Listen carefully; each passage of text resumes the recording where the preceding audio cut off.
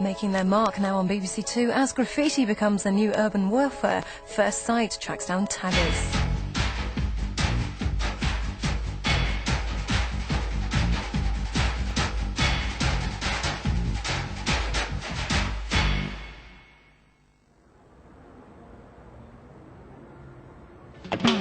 No, no, no. You don't love me, and I know now. Everywhere you look in London, there's graffiti. No, no, no. Stopping it is costing millions. You don't love me. Graffiti writers, or the taggers, stop at nothing to make their mark.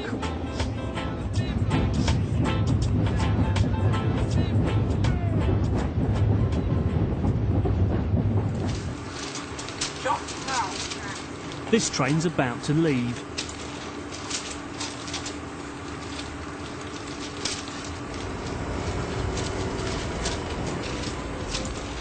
And so's this one. The passengers can only watch. The suspects are seen Middle Broadway, and we'll try and approach them without scaring them off. We don't want to frighten them off, and we don't want to end up chasing people down the tracks or across the motorway next to the station. Thursday night, the Transport Police at King's Cross plot the final details of tonight's stakeout operation. Are those girls still outstanding? They are, but they've been ID'd and they're doing them. So, because that's the only ones, isn't it? Yeah, but no, they know they are. They've been doing it. They're up against it, part of an 8-strong team that mounts such operations across North London several times a year. All this is information of both outstanding offenders and also offenders that we have arrested in the past. So it's stills of what they look like, what sort of damage being committed, copy of crime reports, stuff like that. So we know what information we've got. Because if any of them people we see today, then we'll effect arrest on them. Get out there. While half the team stake out one station, the others will patrol several more, hoping to catch the graffiti writers.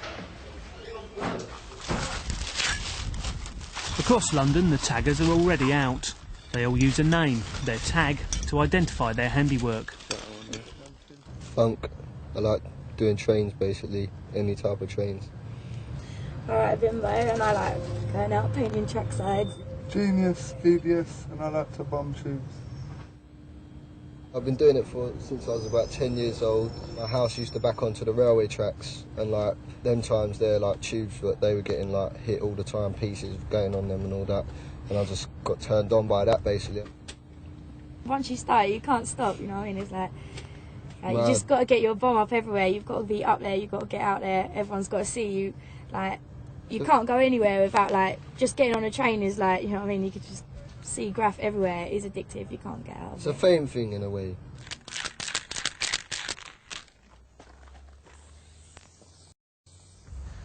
Cricklewood Station, North London. It's in the middle of an area targeted by the taggers. Yeah, it's a typical amount of graffiti you get here on the bridge down here. Gathering the evidence against them takes up a huge amount of police time. Graffiti is a visible sign of unlawful behaviour, and if graffiti is allowed to remain, that it will put people off from using the station. The public's perception will be that it's a lawless place. Taggers often record their own exploits. From photos, they've moved on to video. The more dangerous the place, the greater the thrill. Here they force their way into the driver's cab at the back of the train. And out of the window. The third electrified rail on the track carries 750 volts, but that doesn't stop these two. Last year, 100 people died trespassing on the railways, many of them taggers. Risks of getting arrested for me and getting fried on the tracks. That's the risk for me. Running out of one tube yard towards North London, and I was running along the tracks and I slip over, my leg went underneath the third rail. But they must have been turned off because I'm still here now.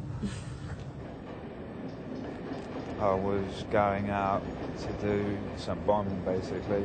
Going out and putting up your tag as much as possible, what we would call like a dub, which is like a silver and black piece, which is just generally fast styles. You can do like 4 or 5 pieces in the space of an hour, just doing them like silver and black. Chris Simpson began his graffiti career 13 years ago. He took ever greater risks to get his tag onto trains, stations and tracksides. One night in March last year, his luck finally ran out. What happened was the fast train that was supposed to be on the fast track basically came in on the passenger side track, and I didn't see it in order the commotion of being when you're on a track and you've got so many things going on all around you, and you're scared, and I was hiding underneath the platform thinking that I would have been safe because it was going to be on the track behind me, and because I had my back towards where it was coming from. The train hit me at a dramatic speed, and it's something that I'll never forget, never.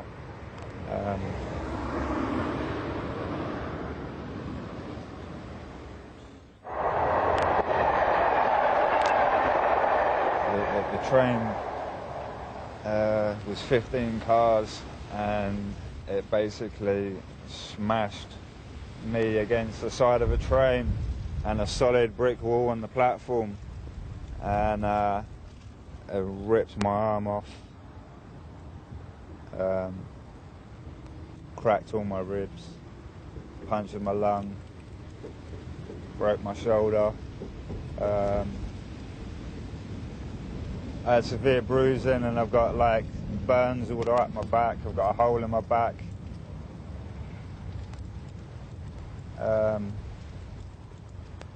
Yeah, it really messed my life up.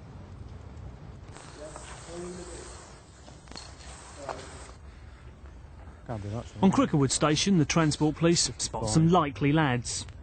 Just go walking up the forecourt now. 3 likely, isn't there? So, oh well, there you go. I'll get have to get chat, keep an eye on them, like.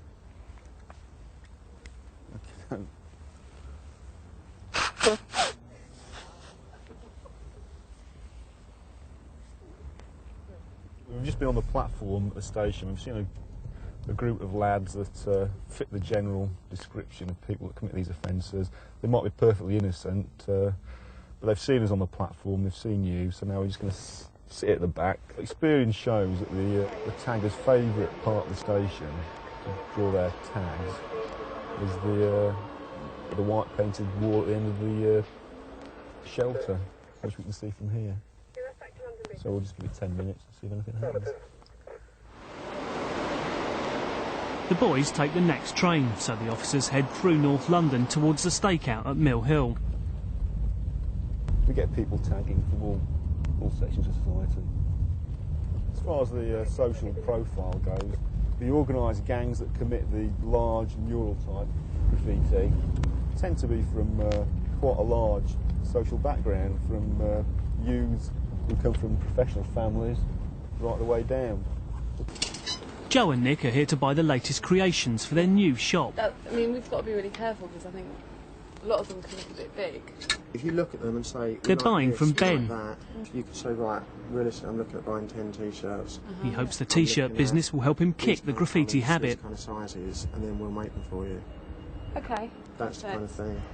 I like the look of that size. Yeah. Okay. The way it's still kind of graffiti. It's still using my graffiti names, and in a way I kind of see that I'm still getting up. My name is getting there. I'm seeing my name in magazines. I'm seeing famous people wearing my name on their T-shirts, and that to me is a buzz. In the same way that seeing my train run down the train line used to be a buzz. Seeing my name on somebody you know, going to a movie premiere or in the magazine. I think that's cool. That's the buzz that I'm getting now. The city's where Ben earned his living for over 10 years. All that time he led a Jekyll and Hyde existence. Insurance, Lloyd's of London. So, and proper responsibilities, dealing with large accounts. So, there I was, suit and tie during the day, balaclavas and rucksacks in the evenings. Work didn't know, my little secret. Graffiti, evenings, weekends. I remember I used to go out painting, bombing trains, straight after work in the suit and tie. No one would have suspected me.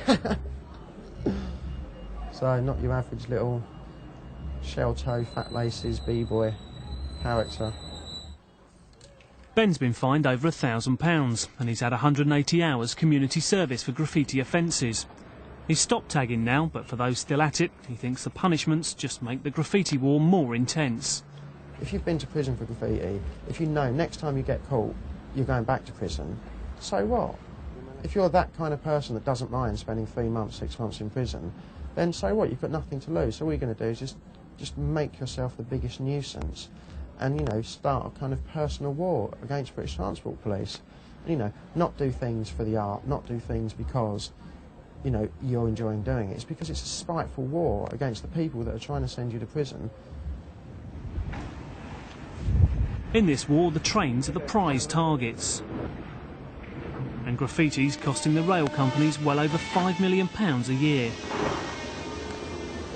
Each time a train's painted with graffiti, it's taken out of service to be cleaned. Extra security at stations and in train yards costs millions more. Thameslink alone spend £500,000 a year just on the cleaning. What we're finding is generally paint on the side of the trains, window scratching, stuff like that. It's mostly on the exterior. We do, you know, on occasion have stuff on the interior as well. This, for example, I mean, to the graffiti artist, that's what, about 10-15 seconds work, can generally be done at a station sort of thing. He just sprays it on, walks away, does something else. The window etching, on the other hand, takes a bit more time and it's a bit more trouble for us. That can come off with sort of proprietary graffiti removal chemicals. That, on the other hand, is actually etched into the glass using a knife or a screwdriver or whatever. To get rid of that, we've got to replace the whole window. As the war against the graffiti vandals hots up, they turn to new targets. Etching windows, or Dutch graffiti, is the latest craze. For Thameslink, each window replaced costs £200. 8 out of 10 of their windows are etched all the time. Window scratching is long. It's long. It's pathetic. It's pathetic. Yeah, but it stays there for ages. That's the only good thing about it. People do window scratching because, like I said, because you can't, you know, get scratched off. Like your tags in a pen or paint or whatever will just get rubbed off.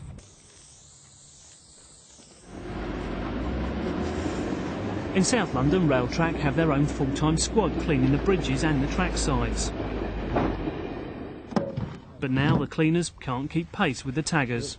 It's a case of once we do it, normally within 2 or 3 days they have to come back and redone it again. It's like a new canvas for them, really. We do it, they come back and graffiti it, I'm afraid. Like the last 3 years, I've been going to the same places, and you know, after a week they've hit it constantly for about 2.5, 3 years. It's just, you know, absolutely unbelievable, really. It doesn't seem to stop it, seems to be getting worse, if anything. We spend about £160,000 a year to proactively remove graffiti, but we only really remove racist, offensive, sexist graffiti. We don't remove wholesale swathes of graffiti. In certain locations we will remove graffiti if it's in high-profile areas, just to try and make the area look, you know, trying to improve the environment generally. But due to the scale of the graffiti across the whole rail network, it's an impossible task. What would that cost you? Well, within South London and the Greater London area south of the Thames, it would cost in the region of £3 to £3.5 million, and that's just for an initial clean. So obviously to go back and continue to remove the graffiti, you're talking about millions of pounds on a continual basis.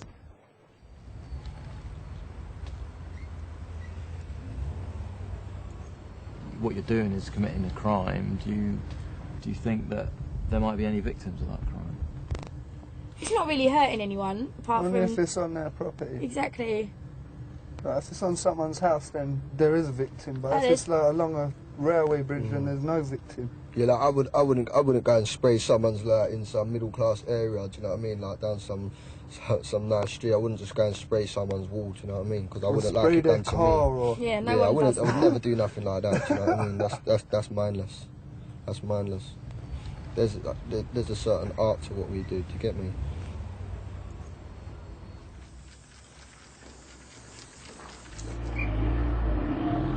What's art for them is sheer vandalism for others. In Norbury in South London, graffiti is blighting people's lives.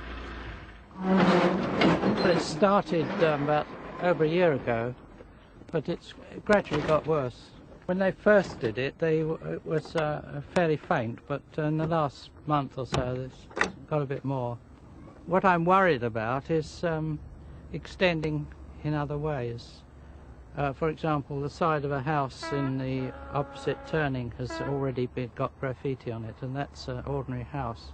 You wonder now what they're going to do next, whether it's on your front door, you know. When we moved in here, it was quite all right, really, a nice, quiet area. You know, they've just sprayed it, or whatever they call it, this sort of paint there. And it just looks absolutely disgusting to me. It doesn't really look art. I think it's disgusting. It's sheer vandalism, you know, and nothing else. That's what I would call it. And I mean, it's left to us, obviously, to clean up their mess, which they call art. They started on the wagon first, Yeah. and they've just continued to do it ever since. Yeah. If you clean it up, there's just back, so we just leave it. Have you complained? Have you talked to the police? Not really. Not really. I mean, to who do you talk to? You everywhere you look around you, there's always graffiti, you know.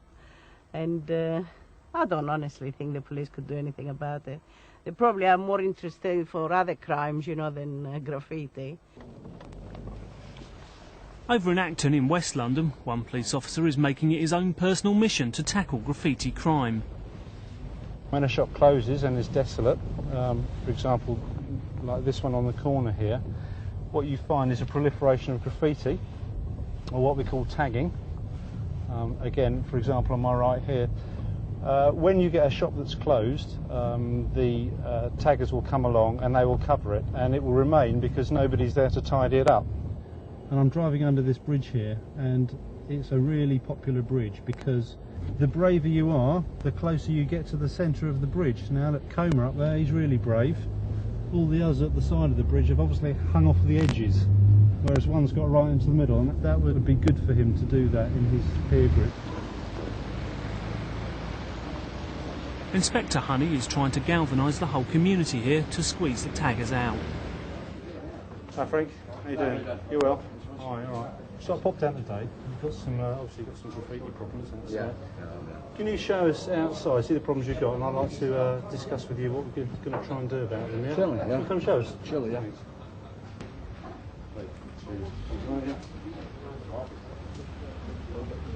Back again here. Right. It costs about £2,000 to get repainted. I'm just seeing if I recognise any of them. There seems to be some common ones. So you've had the front repainted, have you, completely? All repainted, yeah, the whole lot. I can see you've had sort of a creamy colour, and you've tried to redo it again here. It just keeps coming back, presumably. It does, yeah.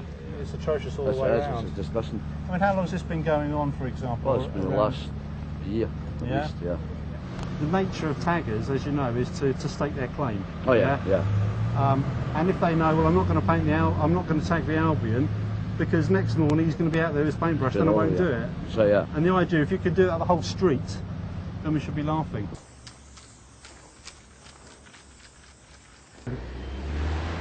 I see you've got some etchings all over your glass here. Oh yes, I mean after 2 days, after we fix it this one, after 2 days. So you had this 2 days, and that's etched in, isn't it? Yes. You know, and it's passing on. And it's on the other pane. I mean, how much would that cost to fix a big pane like that? That's £2,000 to £4,000. So what I'm going to do, I'm sort of taking a walk up the road, having a look, talking to people, and I'll come and see you in the meantime and explain what we can do about it. All right. Thanks a lot. Thank you very much. Cheers. Thank you. Inspector Honey knows most of the taggers in Acton, but it's one thing to know them, quite another to catch them. You'd certainly see patterns of tags together, and that's the way sometimes we can work out, well, if I see this particular tag alongside this tag, the individuals know each other. So that if we can work out who one is, we can hopefully start working out who the other is and start dealing with networks of friends. There is a vast chasm of difference between having a tag and the name associated with it and having the evidence to prosecute or to reprimand or to warn the juveniles.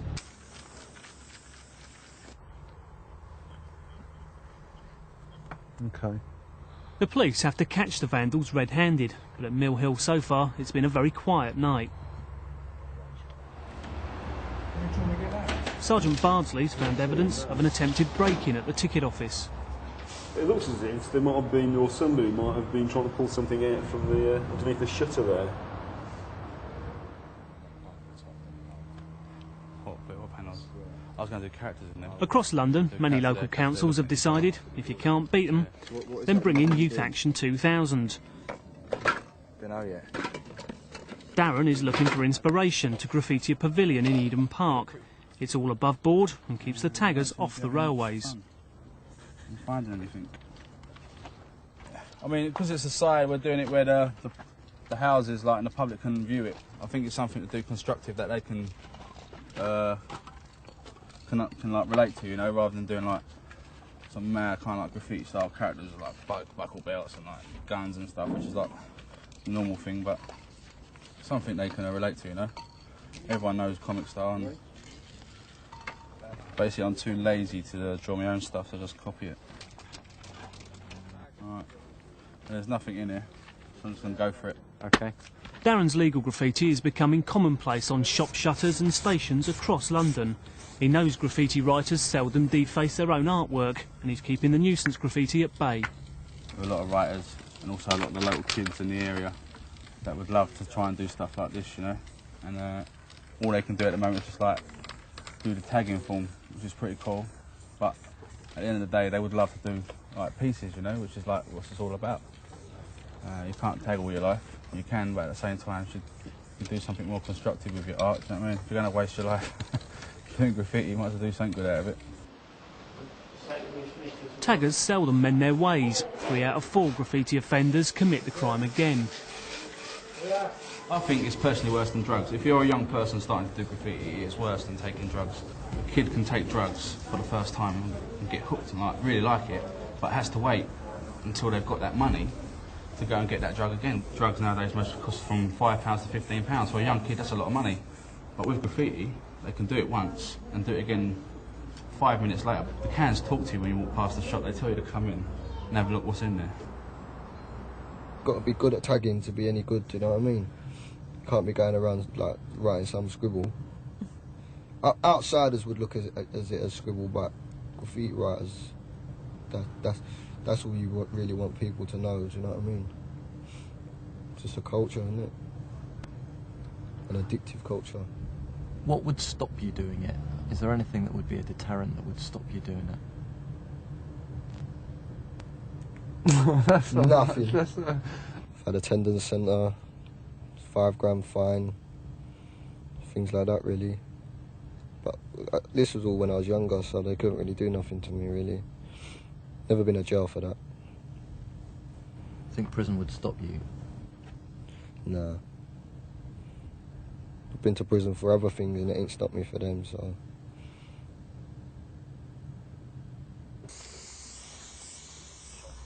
Listen, you've got a couple of heads that keep bobbing up and down over in the stairwell on platform 1. Back at Mill Hill, the stakeout looks like paying off. The stairwell, because it's out of sight, is quite a regular place where people would do some graffiti along the subway walls, because it's, as a general rule, it's not a waiting area for members of the public. So if they've got a lookout, they can quite easily graffiti the wall and carry on about their business. All we've had is a head has just popped up from across the way on platform 1, looked out, gone back down, come back up again, and it's gone back down. So I've just spoken to Alan Barsley, the skipper. He's just popping around to make sure there isn't someone graffitiing there now. That's it.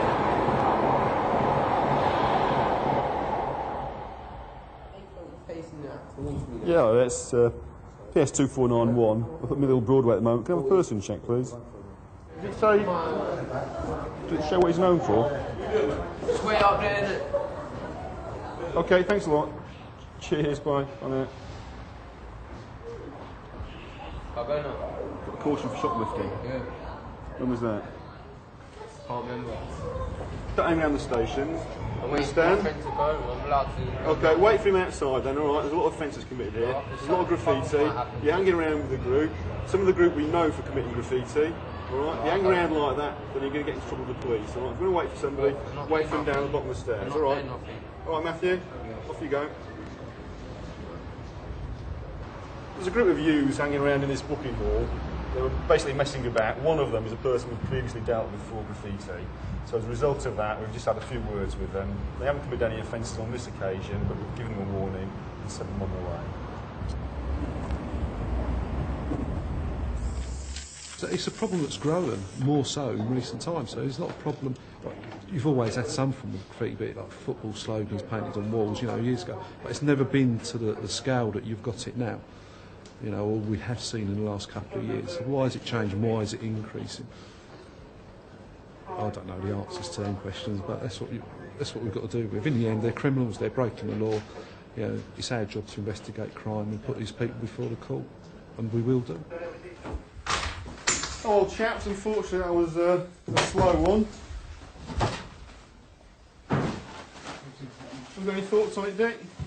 Another night ends for the graffiti team. No arrest this time, but another warning that graffiti won't be tolerated. Yeah, it looks like we stopped a little group at the end who might have been involved in some sort of activity in the booking hall there. So we'll view the tapes in the morning, see what we've got. You have to go on tracks, you have to go and do trains, and that's what real graph's about, you know. It's not about doing illegal walls where you can have, like, you know, all the time you want and not have any dangers around you. You know, that's what graph is about. That's what it started as, being a vandal. That was the whole point of what most kids start nowadays, you know.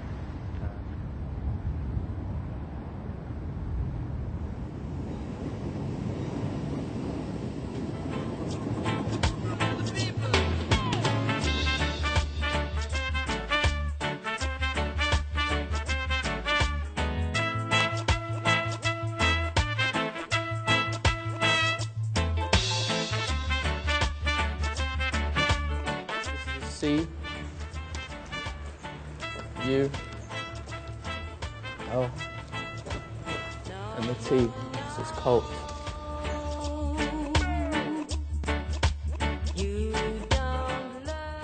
K, I, L, E, N.